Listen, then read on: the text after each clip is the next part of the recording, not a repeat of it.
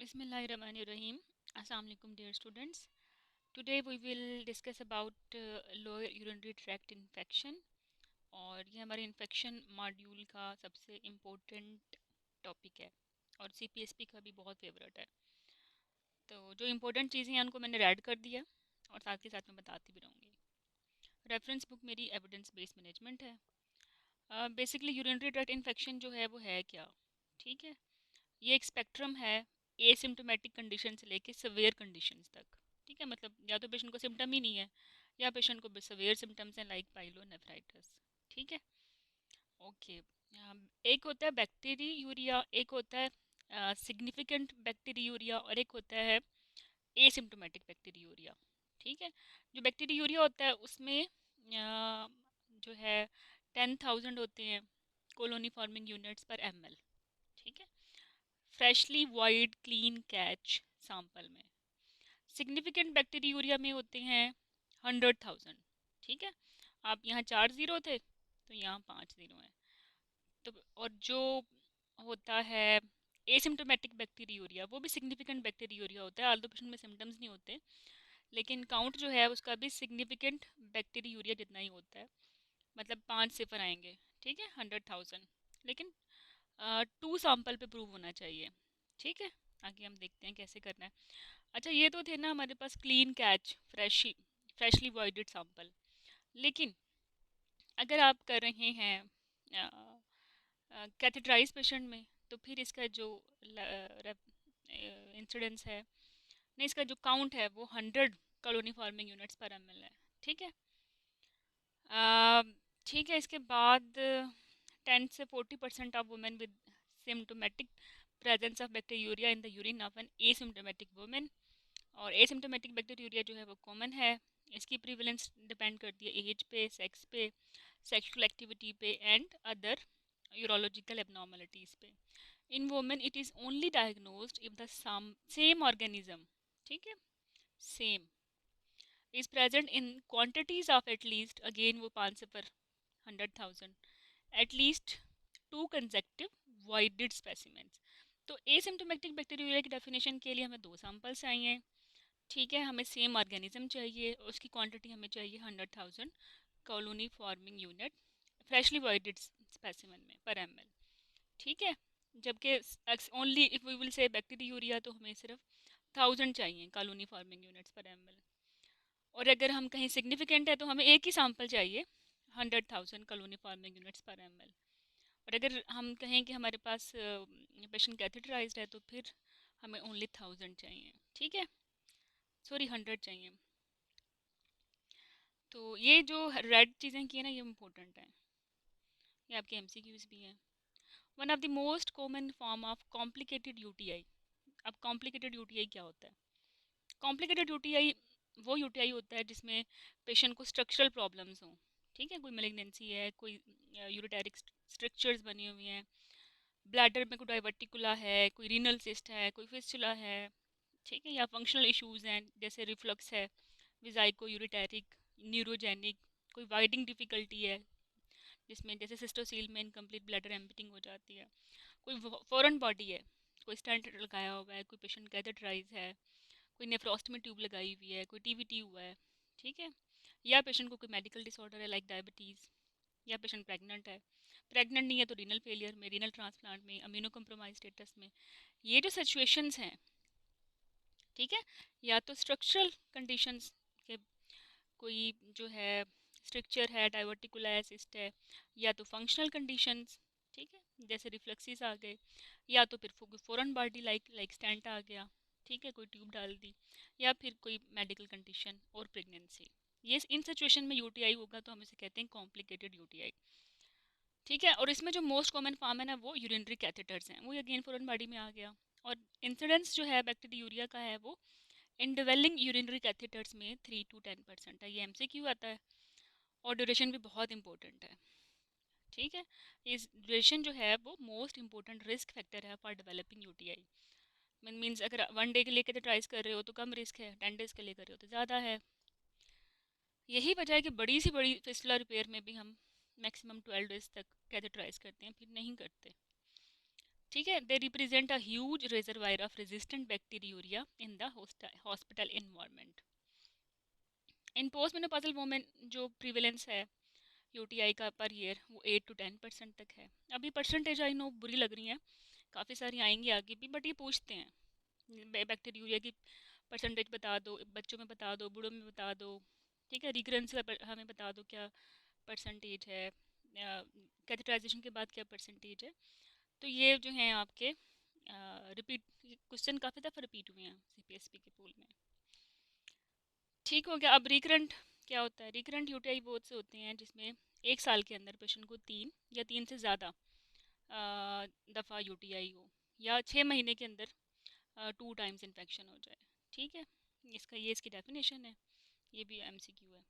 Recurrent UTIs जो हैं वो विद सेम ऑर्गेनिज्म हो फॉलोइंग एडिक्वेट थेरेपी, उसको कहते हैं रिलैप्स। और री इन्फेक्शन वो कहते हैं जिसमें रिलैप्स हो लेकिन किस उसी ऑर्गेनिज्म से, सेम ऑर्गेनिज्म से ना हो, बल्कि कोई और आइसोलेट हो, सेकंड आइसोलेट हो। सेकंड आइसोलेट या डिफरेंट आइसोलेट से बार बार यूटीआई हो रहा है तो वो री इन्फेक्शन है, और सेम ऑर्गेनिज्म से यूटीआई हो रहा है तो वो रिलैप्स है। ये भी एमसीक्यू है। फिर इसके अलावा पूछ लेते हैं कि रिकरेंस क्या है। ये जो है एक लार्जर स्टडीज थी वो 44% तक मैक्सिमम रिकरेंस से नोट हुआ है। इसके अलावा ड्यूरिंग क्वाइटस जो है बैक्टीरिया जो है वो इंट्रोड्यूस हो जाते हैं इनटू यूरेथ्रन ब्लैडर। समझा ये जाता है कि असेंडिंग तो होता है route, basically lower urinary tract infections होते असेंडिंग की हैं, लेकिन वो ब्लैडर से या यूरेथ्रा से नहीं होते। आल तो फीमेल में यूरेथ्रा शॉर्ट होता है, और फीमेल में इसी वजह से 14 टाइम्स ज़्यादा होता है UTI as compared to male. लेकिन फीमेल में जो मोस्ट इंपॉर्टेंट काज है वो यूरेथ्रा है नहीं, वो है विजाइना, वेस्टिब्यूल, एनल रूट। ये अगेन एमसीक्यू है, ये एमसीक्यू आया हुआ एग्जाम में। उन्होंने पूछा था कि बार बार यूटीआई हो रहा है तो क्यों हो रहा है? इंस्ट्रूमेंटेशन की वजह से हो रहा है या रिट्रोग्रेड हो रहा है, तो you have to choose retrograde. ठीक है। अच्छा, उसमें एनल रूट होता है, तो इक्वलाई बेसिकली गट में ज़्यादा होता है, तो वहाँ से ये बार बार यो, वैसे तो ब्लैडर का भी फेवरेट है बट गट में भी होता है। तो ये इसका जो स्ट्रॉन्ग रूट है ना वो वजाइना है। वजाइना की अपनी जो माइक्रो जो इसके फ्लोराज हैं वो हैं, और जो कि डिस्टर्ब हो जाते हैं मल्टीपल टाइम स्पर्मिसाइड यूज़ करके, डिफरेंट किस्म के, बहुत ज़्यादा एंटीबायोटिक यूज़ करने से। ठीक है, तो इस तरह रिकरेंट असेंडिंग इन्फेक्शन होता रहता है। तो अगर यूटीआई ज़्यादा है तो फिर आपने लोकल एग्जामिनेशन करना है, और पेशेंट से जो है क्लीन कैसे करती है, कोई डिस्चार्ज तो नहीं है, इन चीज़ों को भी देखना है। और मल्टीपल एंटीबायोटिक और कॉन्ट्रासेप्शन में स्पर्मिसाइड यूज़ होता है या नहीं, इन चीज़ों की भी हिस्ट्री लेनी है। छोटी बच्चों में यूटीआई बहुत ज़्यादा होता है, उसकी रीज़न भी यही होती है कि they don't clean their self properly. ठीक है, छोटे बच्चों में जो नॉन स्पेसिफिक इन्फेक्शन है वो भी इसी वजह से होता है, इकोलाई की वजह से, कोलीफॉर्म्स की वजह से, ये they don't wash their self, फिर आप कहते हो ये फंगल है या फॉरेन बॉडी है। ठीक है, ऐसा नहीं करना। ठीक है, ये सारे एमसीक्यूज इंपॉर्टेंट है। लाइफ टाइम रिस्क भी पूछते हैं, 20% तक है। ठीक है, और हर 10 साल के बाद 1% बढ़ जाता है। ठीक है, इसके अलावा एक इम्पोर्टेंट बात यह है कि जो अगर किसी की मदर को हुआ है ना मल्टीपल टाइम यूटीआई, तो उनकी बच्चियों में भी ज़्यादा टेंडेंसी है कि उनको भी यूटीआई हो सकता है। अगर किसी को टीन एज से ही शुरू से यूटीआई है तो लाइकली आगे जाके भी उसको यूटीआई बार बार होगा। ठीक है, ये प्रूवन फैक्ट्स हैं। आगे चलते हैं, पैथोजेनेसिस क्या है? यूटीआई की वैसे कॉम्प्लेक्स इंटरेक्शन होता है बिटवीन सेवरल फैक्टर्स, जिसमें होस्ट के फैक्टर्स भी हैं और जो ये ऑर्गेनिज्म है यूटीआई इकोलाई इसके भी फैक्टर हैं। इकोलाई जो है चाहे पेशेंट प्रेग्नेंट है चाहे नॉन प्रेग्नेंट है, most common cause of UTI है, चाहे पेशेंट को एसिम्टोमेटिक बैक्टीरियूरिया है। ठीक है, एसिम्टोमेटिक बैक्टीरियूरिया बहुत सारे लोगों को लगता है कि जीबीएस की वजह से है, नहीं, अगेन इकोलाई की वजह से ही है। ये भी क्वेश्चन है एमसीक्यू है, आपका रिकॉल है सीपीएसपी का। अच्छा, होस्ट फैक्टर्स कौन कौन से फैक्टर्स होते हैं, और वायरुलेंस फैक्टर्स कौन कौन से होते हैं? होस्ट फैक्टर्स वो होते हैं जिसमें जिसमें पेशेंट के अपने फैक्टर्स हों, जैसे अगर प्रॉपरली यूरिन टाइम पे पास हो जाता है, स्टे नहीं करता, कोई पोस्ट वाइड यूरिन ज़्यादा नहीं है, सिस्टोसील नहीं है, तो यूरिन का जो फ्लो है उसका वो ही वॉश आउट करता रहता है जो इकोलाई है या इन्फेक्शन है, ऑर्गेनिज्म है इन्फेक्शन करने वाले। ठीक है, इसके अलावा इसकी पीएच एसिडिक है, ये मल्टीप्लिकेशन नहीं होने देती, तो यूटीआई कम होता है। जो अच्छी बातें बता रही हूँ। एपिथेलियम जो यूरिनरी ट्रैक्ट की है वो खुद इन इट सेल्फ बैक्टीरियसिडल है। ठीक है, इसके अलावा कुछ इनिबिटर्स भी हैं जो एडहेरेंस नहीं होने देते इकोलाई की विद एपिथेलियम, जिनमें कुछ प्रोटीन्स हैं। ठीक है, तो ये वो होस्ट फैक्टर्स हैं जो कि प्रिवेंटिव हैं। एक तो ये हो गया कि फ्लो इजी है, उसमें कोई प्रॉब्लम नहीं है, कोई स्टे नहीं कर रहा, स्टेसिस नहीं हो रही। ठीक है, वाश आउट किया जा रहा है, यूरिन बार बार जितना बन रहा है वो वाश आउट हो रहा है, और साथ में वो वाश आउट कर रहा है ऑर्गेनिजम्स को भी। ठीक है, और इसके अपनी पीएच कम है, एसिडिक चीज़ें हैं वहाँ, उसने मल्टीप्लिकेशन नहीं होने देती, इसकी आस्मोलैलिटी हाई होती है। इसके अलावा epithelium in it self resistant है, बैक्टीरियसिडल है। और कुछ फैक्टर्स हैं जो कि प्रोटीन्स के प्रोटीन्स टाइप हैं जो कि बैक्टीरिया को चिमटने नहीं देते। अब बैक्टीरिया भी चालाक है, उसके पास भी कुछ चीज़ें हैं, हथियार हैं कि उसने यूटीआई करा देना है, जैसे ई मोस्ट कॉमन, और सबसे ज़्यादा इसमें रेजिस्टेंस भी ई में आती है। इसके अलावा पूछते हैं मोस्ट कॉमन रेजिस्टेंट या ग्लोबल चैलेंज इन्फेक्शन का वो कौन है, वो भी ई है। ओब्स में और गायनी में मोस्ट कॉमन इन्फेक्शन कौन सा है, वो भी ई है। ये सारे सीपीएसपी के पास पेपर के क्वेश्चन हैं जो मुझे साथ के साथ याद आ रहे हैं। अच्छा, एडहेरेंस फैक्टर्स होते हैं जिसकी वजह से यूटीआई जीत जाता है होस्ट फैक्टर से। इनमें कुछ जो हैं फिम्ब्रियाज होते हैं। ठीक है, कुछ लोअर यूरिनरी ट्रैक्ट के फिम्ब्रियाज हैं, कुछ अपर के। ठीक है, जो अपर के हैं उनको पी कहते हैं, वही पाइलोनेफ्राइटिस करते हैं। अगर आपने याद करना, मैंने एमसीक्यू नहीं आता ये।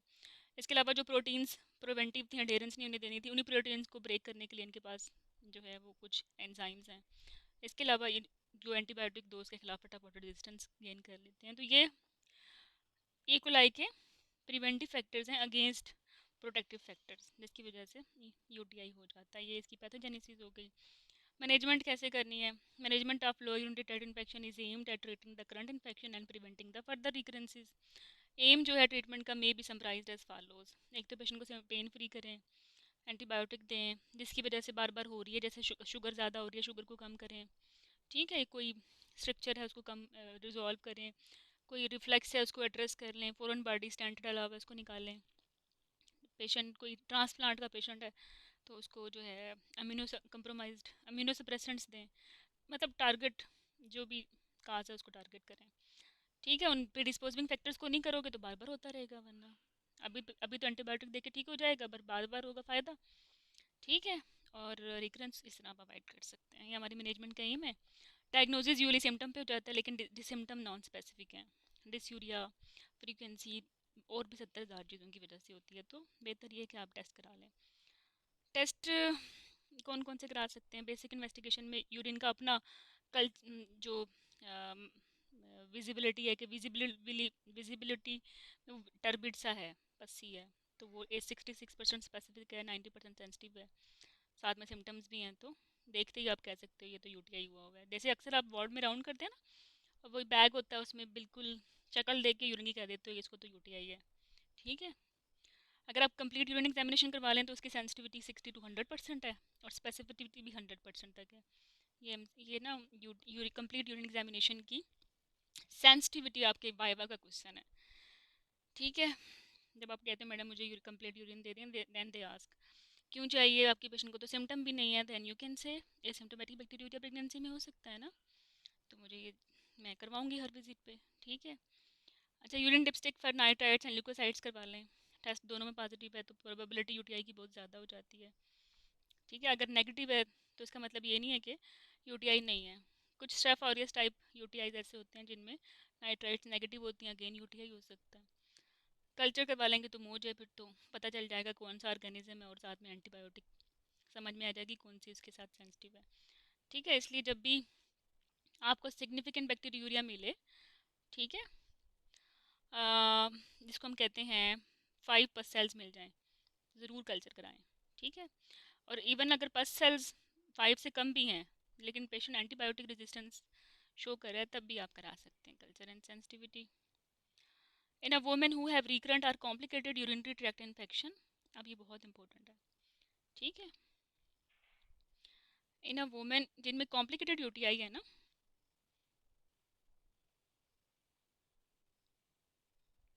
हाँ, तो उनमें क्या करना है, उनमें आपने सीरम रीनल फंक्शन टेस्ट करवाने हैं, यूरिया इलेक्ट्रोलाइट्स।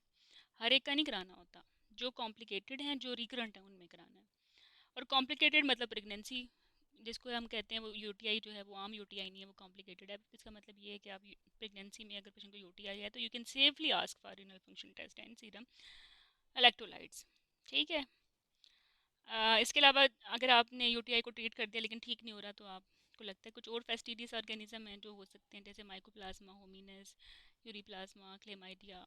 अब एक पेशेंट है जो बार बार यूटीआई के साथ आ रहा है और स्टेराइल स्पेक्ट्रम एग्जामिनेशन, सॉरी उसका जो यूरिन टेस्ट है वो स्टेराइल आ रहा है, तो उसमें रीजन जो हैं वो क्लेमाइडिया और गोनोरिया करते हैं, क्योंकि आम टेस्टों से पिक नहीं होते। क्लेमाइडिया के लिए पीसीआर कराना था नेट, और गोनोरिया के लिए स्पेशल जो है वो आपको रिकमेंडेशन स्पेशल जो है वो कल्चर चाहिए होता है मीडियम।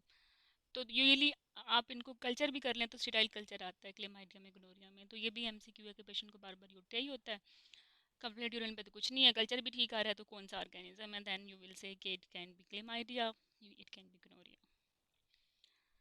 अगर दोनों आ जाएं तो फिर क्या चूज़ करना है, ये आपका होमवर्क है। अल्ट्रासाउंड भी कराना है, ठीक है, for the upper urinary tract to exclude renal cause such as hydronephrosis. ठीक है।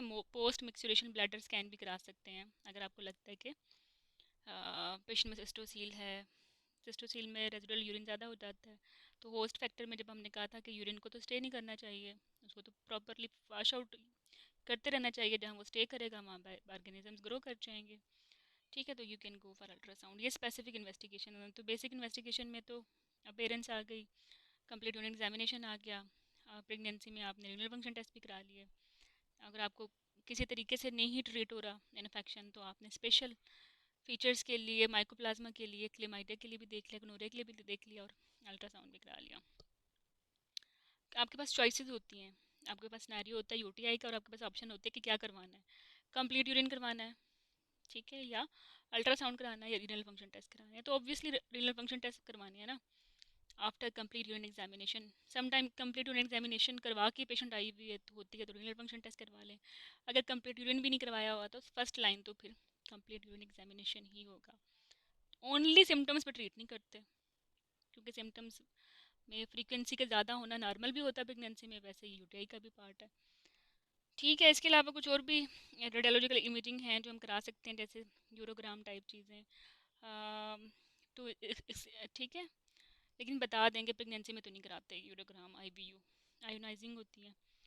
अच्छा, इसके अलावा टीबीएस करा सकते हैं, कोई पेल्विक मैस है, सिस्टोस्कोपी भी करा सकते हैं अगर आपको everything comes normal, even patient को सिम्टम्स हैं तो पेनफुल ब्लैडर सिंड्रोम के लिए कर सकते हैं। अगर बायोप्सी पे प्रूवन हो जाए तो यू विल लेबल के इंटरस्टिशियल सिस्टाइटिस है। ठीक है। ट्रीटमेंट जनरल मेजर्स हैं, एंटीबायोटिक्स हैं। जनरल मेजर्स में वही पेशेंट को अपनी इम्यूनिटी अच्छी करे, पानी ज़्यादा से ज़्यादा पिए। ठीक है। ड्रग्स में एंटीबायोटिक्स आ गई, सबसे पहले उसमें नाइट्रोफेरोंटाइन है, ये स्पेसिफिक है यूरिनरी ट्रैक्ट इन्फेक्शन के लिए, क्योंकि ये बावल और वजाइनल फ्लोरा को डिस्टर्ब नहीं करती। सबसे अच्छी बात है, इसलिए ये टॉप पे होती है हमेशा। मोस्ट कॉमन यूरोपैथोजन के अगेंस्ट बैक्टीरिसिडल है, ना कि स्टेटिक। ठीक है। लेकिन रीनल फेलियर में नहीं देते हम, अदरवाइज रीनल फेलियर नहीं है तो नाइट्रोफ्रंटाइन टॉप पे है। उसके बाद ट्राइमेथोप्रिम आती है, ये बैक्टीरियोस्टेटिक है, इसीलिए ये सेकंड टाइम नंबर पे आएगी। ठीक है, यूटीआईज में। और इसके अलावा इनिशियल एंटीबायोटिक थेरेपी तो जैसे ही पेशेंट आई है, सिम्टम देखे, यूरिन टेस्ट कराया, पॉजिटिव है, तो विदाउट कल्चर वेट किया आपने दे दिया बेस्ट गेस की बेस पे। फिर उसके बाद जैसे ही कल्चर आया उसके मुताबिक चेंज कर ली। ये है नॉन प्रेग्नेंट स्टेट वाली बात है। ठीक है। Uncomplicated cystitis, first choice nitrofurantoin, second choice trimethoprim, वो 6-7 दिन के लिए, ये 5 दिन के लिए। ठीक है। वो 6 आवरली दे रहे थे, और ट्राइमेथोप्रिम जो है वो बीडी में दे रहे हो। ठीक है। इसके बाद थर्ड चॉइस में सिप्रोफ्लॉक्सासिन है, फोर्थ चॉइस में कोमॉक्सिक्लेव मतलब ऑगमेंटन है, सीफाक्लोर है। ठीक है। ये चॉइसेस नॉन प्रेग्नेंट स्टेट की हैं, don't confuse them with pregnant state. अच्छा, प्रेगनेंसी में क्या करना है? प्रेगनेंसी में UTI most common medical complication है प्रेगनेंसी की, इंसिडेंस जो है उसका 2 to 5% तक है, ये बहुत इंपॉर्टेंट है। ठीक है। ओवरऑल इंसिडेंस इसका 8% है, यही बताना है आपने। 8 to 10%, ऑक्सफोर्ड में बहुत सारी बुक्स में 8 to 10% तक है। और अक्यूट पाइलोनेफ्राइटिस अगर आप ट्रीट नहीं करते तो वो अप्रॉक्सीमेटली 2% या 1 to 2% तक है। इतना ही सिस्टाइटिस का इंसिडेंस है प्रेगनेंसी में। एटियोलॉजी तो आपको पता ही है, प्रेगनेंसी में इन इटसेल्फ एक इम्यूनो कम्प्रोमाइज स्टेटस है। इसके अलावा प्रेगनेंसी में ना कुछ वॉल्यूम्स हैं जो ऊपर नीचे हो रहे हैं, जैसे ब्लैडर वॉल्यूम चेंज हो रहा है, डिक्रीज ब्लैडर टोन हो रही है, यूरिटेरिक डायलिटेशन हो रही होती है। ठीक है, यूट्रस के ज़्यादा होने की वजह से प्रेशर पड़ रहा होता है यूरेटर पे, तो राइट साइड का जो यूरेटर है वो डायलिटेशन हो जाती है, but not more than 2 centimetre. ठीक है, या प्रोजेस्टेरोन की वजह से ज़्यादा हो जाती है। ये कुछ फीचर्स हैं प्रेगनेंसी के जिनकी वजह से यूटीआई ज़्यादा होती है। ठीक है, और प्रेगनेंसी में भी जो मोस्ट कॉमन ऑर्गेनिज्म है वो इकोलाई है 80% तक। ठीक है, ये भी एमसीक्यू है। कॉम्प्लिकेशन क्या है प्रेगनेंसी में यूटीआई से? कोरियम नाइटस, एंडोमेट्राइटिस, अब इकोलाई कराता है। ठीक है, और बच्चे में क्या होगा? IUGR, still birth, preterm labour. ठीक है, और perinatal mortality, mental retardation and developmental delay. ठीक हो गया। अच्छा, एसिम्टोमेटिक बैक्टीरियूरिया की ट्रीटमेंट करने से क्या होगा कि पॉलीनेफ्राइटिस और सिस्टाइटिस और प्रीटर्म डिलीवरी और लो बर्थ वेट का इंसिडेंस कम हो जाएगा। सिम्टोमेटिक यूटीआई है तो फिर ट्रीट करना है या एसिम्टोमेटिक को ट्रीट करना है? दोनों को ट्रीट करना है प्रेगनेंसी में। नॉन प्रेग्नेंट स्टेट में हम एसिम्टोमेटिक बैक्टीरियूरिया को नहीं ट्रीट करते अनटिल अनलेस पेशेंट में कोई एडिशनल रिस्क फैक्टर है जिसकी वजह से वो कॉम्प्लिकेटेड है। ठीक है, जैसे गायनी की सिंपल पेशेंट आ गई आपके पास, आपने यूरिन कराया, वो पॉजिटिव है बट उसमें सिम्टम नहीं है, ना उसमें कोई प्रोलैप्स है, तो फिर आपने नहीं ट्रीट करना। बट अगर ये प्रेग्नेंट है तो फिर आपने ज़रूर ट्रीट करना है, चाहे एसिम्टोमेटिक है, क्योंकि फिर चांसेस ज़्यादा हैं उसके पाइलोनेफ्राइटिस में और सिस्टाइटिस में जाने के। प्रेगनेंसी में आपने एंटीबायोटिक कवर 7 दिन का देना है और रिपीट करना है कल्चर को after treatment to confirm the bacteriological cure. अच्छा, सबसे इम्पोर्टेंट क्वेश्चन जो है वो ये है, तो स्टूडेंट्स एंटीबायोटिक बड़े ध्यान से करनी है। ठीक है, फर्स्ट ट्राइमेस्टर में पेशेंट आएगी तो आपने क्या करना है? नाइट्रोफिरंटाइन सल्फोनामाइड्स देने हैं। ठीक है, सेफ अर्ली प्रेगनेंसी।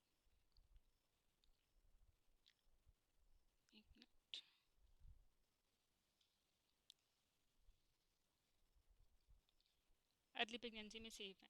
ठीक है, अगर सेकंड ट्राइमेस्टर में पेशेंट आई है और आपके पास ऑप्शन फर्स्ट या सेकंड ट्राइमेस्टर में आई है और ऑप्शन नहीं है आपके पास नाइट्रोफिरंटाइन की, तो ट्राइमेथोप्रिम तो नहीं देनी क्योंकि एंटीफोलेट है, फर्स्ट ट्राइमेस्टर में नहीं देनी, तो फिर आप पेनिसिलिन और सेफेलोस्पोरिन उस सिचुएशन में देंगे।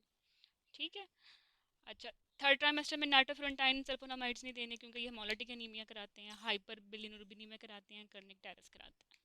ठीक है, तो मतलब ये है कि फर्स्ट ट्राइमेस्टर में सेफ चीज़ें जो हैं आपके पास वो सल्फोनामाइड्स, नाइट्रोफिरंटाइन है।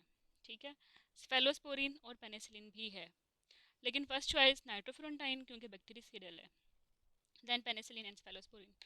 तो जो सामने नज़र आए एज पर प्रायोरिटी वो चूज़ कर लें। सेकंड में भी यही करना है। हाँ, थर्ड में आपने सल्फोनामाइड्स और नाइट्रोफिरंटाइन नहीं देने। ठीक है,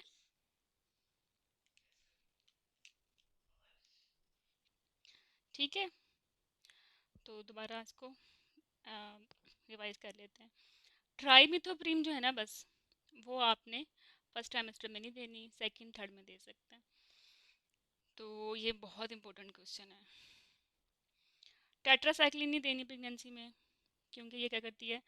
सिर्फ ये नहीं देखना कि देनी नहीं है, ये भी देखना है कि करती क्या है। हाइपोप्लेजिया करती है, इसके अलावा स्टेनिंग ऑफ टीथ करती है। जनरली एरिथ्रोमाइसिन सेफ है। ठीक है, और इसके बाद जो है फ्लोरोक्विनोन्स की बात कर लेते हैं, देने या नहीं देने, प्रेगनेंसी में नहीं देने। और क्या करते हैं? फीटल कॉटिलेज फॉर्मेशन को ख़राब करते हैं। क्लोरमफेनिकोल क्या करते हैं? कार्डियोवास्कुलर कोलैप्स करते हैं न्यूनेट्स में। ठीक है, एंटीबायोटिक के साइड इफ़ेक्ट्स भी करने हैं क्योंकि ये सीपीएसपी के रिकॉल्स हैं। रिकरेंट यूटीआई है प्रेगनेंसी में, तो प्रेगनेंसी में क्या रिस्क है इसके? प्रेगनेंसी में क्या इसका रिस्क है? प्रिवेलेंस है 4 to 5% है। While the exact etiology of recurrence is uncertain, it is believed that the cause of the first infection are likely to the cause of recurrence. तो अगर आप उसको नहीं निकालेंगे तो वो बार बार होती रहेगी। पोस्टमार्टम आपने क्या करना है पेशेंट का? आपने यूरोलॉजिकल इन्वेस्टिगेशन करनी है, यूरिनरी एनॉमलीज अगर रिकरेंट इन्फेक्शन है। ठीक है, तो आपने एनॉमलीज यूरिनरी ट्रैक्ट एनॉमलीज को भी रूल आउट करना है। Long term anti microbial cover भी दे सकते हैं अगर पेशेंट को प्रेगनेंसी में रिकरेंट यूटीआई हो रहा है। ठीक है, अगर पेशेंट को आफ्टर कोइटस हो रहा है तो तब भी आप प्रोफाइलेक्टिक मेजर्स करेंगे और सिंगल डोज एंटीबायोटिक की देते हैं। पोस्ट मेनोपॉजल पेशेंट में भी यूटीआई की रीज़न है कि एस्ट्रोजन कम होता है, एपिथीलिया अच्छे नहीं बने होते, तो वो जो होस्ट डिफेंस सिस्टम है वो कम्प्रोमाइज़ हो जाता है और पेशेंट को पोस्ट मेनोपॉजल यूटीआई की काज बन जाता है। ठीक है, खैर हम तो प्रेगनेंसी की बात कर रहे थे कि प्रेगनेंसी में रिकरेंट यूटीआई होगा तो फिर आपने फर्दर इन्वेस्टिगेशंस करानी है जिसमें स्पेसिफिक यूरोलॉजिकल इन्वेस्टिगेशंस हैं। ठीक है, इन केस ऑफ रिकरेंस। इसके अलावा नाइस ने बोला है कि 16 ईयर के बाद अगर पेशेंट प्रेग्नेंट नहीं है तो आपने फर्स्ट चॉइस आपकी नाइट्रोफुरेंटाइन है, सेकंड ट्राइमेथोप्रिम है। ठीक है, और अगर छोटी बच्चियां हैं तो फिर उसमें आपने आपकी जो फर्स्ट चॉइस है वो भी अगेन नाइट्रोफुरेंटाइन और सेकंड जो है वो ट्राई पे तो मेरे प्रिम नहीं लिखी हुई, इन्होंने सिफालेक्सिन लिखी हुई है और एमोक्सिसिलिन लिखी हुई है। ठीक है, टीन एज या एडोलिसेंट हमारी डोमेन में आता नहीं है तो लाइकली ये हमारा क्वेश्चन इसमें से कम आएगा। जो हमारे क्वेश्चंस आते हैं, बिकॉज मैंने आप लोगों के जो IMM MCPS और FCPS के जितने भी पूल है जो कलेक्ट किया है उसके मुताबिक जो मैक्सिमम क्वेश्चंस यूटीआई पे आते हैं वो यूटीआई एसिम्टोमेटिक बैक्टीरियल का इंसिडेंस क्या है, रिकरेंस क्या है, प्रेगनेंसी रिकरेंस की डेफिनेशन क्या है, री इन्फेक्शन की डेफिनेशन क्या है, रिलैप्स की डेफिनेशन क्या है। इसके अलावा एंटीबायोटिक की चॉइसेस पे पूछ लेते हैं। इसके अलावा स्टीराइल कल्चर की रीजंस पूछ लेते हैं जो मैंने आपको बताई, गोनोरिया और क्लेमाइडिया और फेस्टिडियस अदर ऑर्गेनिजम्स। इसके अलावा जो है वो पूछते हैं, हाँ डिफरेंसेस पूछते हैं कि यूटीआई से फीटल कॉम्प्लिकेशन मैटरनल कॉम्प्लिकेशन क्या हो सकती हैं। ठीक है, अच्छा इसके अलावा बैक्टीरियल वेजिनोसिस के साथ डिफरेंस पूछते हैं यूटीआई का। दोनों प्रीटर्म करा सकती हैं यूटीआई भी और बैक्टीरियल वेजिनोसिस भी, लेकिन बैक्टीरियल वेजिनोसिस प्रॉम और कोरियो ज़्यादा कराता है एज़ कम्पेयर टू यूटीआई। हालांकि यूटीआई भी करा सकता है प्रॉम और कोरियो, इन दैट सेंस के है तो इन्फेक्शन इन्फेक्शन करा सकता है लीकिंग भी और कोरियो भी। ठीक है, बट बैक्टीरियल वेजिनोसिस के कंपैरिजन में जब आपने चूज़ करना है तो फिर आपने बैक्टीरियल वेजिनोसिस को चूज़ करना है। इसके अलावा मोस्ट कॉमन इन कोई ऐसा ऑर्गेनिज्म जो गाइनी ओव्स दोनों के लिए इंपॉर्टेंट है वो पूछते हैं। उसमें आपने इकोलाई चूज़ करना है क्योंकि इकोलाई जो है वो एंडोमेट्राइटिस कराता है, परप्यूरियम वाला भी और PID वाले के लिए भी जो है ये अदर देन एस्टिडीज इंपॉर्टेंट है। सेप्सिस में भी आफ्टर गैस या ग्रुप ए स्ट्रेप्टोकोकस जो है सेकंड मोस्ट कॉमन इकोलाई ही होता है। ठीक है, एंडोमेट्राइटिस में भी after mixed flora second most common E coli ही होता है। यूटीआई में तो फर्स्ट मोस्ट कॉमन चाहे प्रेगनेंसी है चाहे प्रेगनेंसी नहीं है वो भी इकोलाई ही होता है। तो ये सारे MCQs आ जाते हैं। फिर इसके अलावा प्रेगनेंसी में अगर पेशेंट को सिस्टाइटिस है तो आपने एडमिट करना है, पाइलोनेफ्राइटिस है तो आपने एडमिट करना है। मैक्सिमम एंटीबायोटिक्स कवर आपने 2 वीक्स का देना है। ठीक है, फिर इसके अलावा पेशेंट का सेक्शन हो गया और पेशेंट को फ्लैंक पेन, ड्राइगर चिल है, ये पाइलोनेफ्राइटिस है या यूरेटर की इंजरी है, तो मोस्ट कॉमन क्या होते हैं पोस्ट ऑपरेटिव टाइम के साथ आफ्टर कैथेटराइजेशन यूटीआई होते हैं और यूटीआई में पाइलोनेफ्राइटिस चूज़ करना है अनटिल अनलेस कॉम्प्लिकेटेड सर्जरी थी और कोई फ्लैंक पेन के साथ फ्लूइड कलेक्शन बता रहे हो। ठीक है, देन यू विल चूज़ के ये यूरेटर की इंजरी, अदरवाइज सिंपल सेक्शन में यूरेटर की इंजरीज कोई 0.00 में जाके परसेंट में होती है। ठीक है, प्रेजेंटेशन यूरेटरिक इंजरी की पाइलोनेफ्राइटिस की मोरलेस सेम ही होती है, बट आपने पूरा कंप्लीट सिनेरियो देखना होता है। ओबियसली जब हम क्रैश में या कमिंग डेज में डिस्कस करते रहेंगे अपने पास पेपर्स को तो मैं टॉपिक के साथ करवाती रहूँगी। ठीक है, but side by side I will recommend you people कि आप इन्फेक्शंस को ना, जितनी भी हेल्पिंग बुक्स हैं एंड्रयू सीजर मास्टरिंग, जहाँ जहाँ से इन्फेक्शन के MCQs मिलते हैं या जिन इन सबको मैंने कंपाइल कर दिया इनसाइट IMM में भी, वहाँ से एक दफ़ा प्रैक्टिस कर लें और मुझे सुनते हुए रिकॉल्स को मार्क कर लें। और ये बहुत ही अच्छा होगा कि recalls book like insight series को अभी से पढ़ना शुरू कर दें। ठीक है, इराटा सब कुछ अवेलेबल है और अगर नहीं भी है तो आपका जो बैकग्राउंड नॉलेज है वो बहुत अच्छा होना चाहिए। You can make yourself any errata. ठीक है, बट आपको collection of genuine CPSP recall मिल जाएगी, तो drill it right now. Then thank you.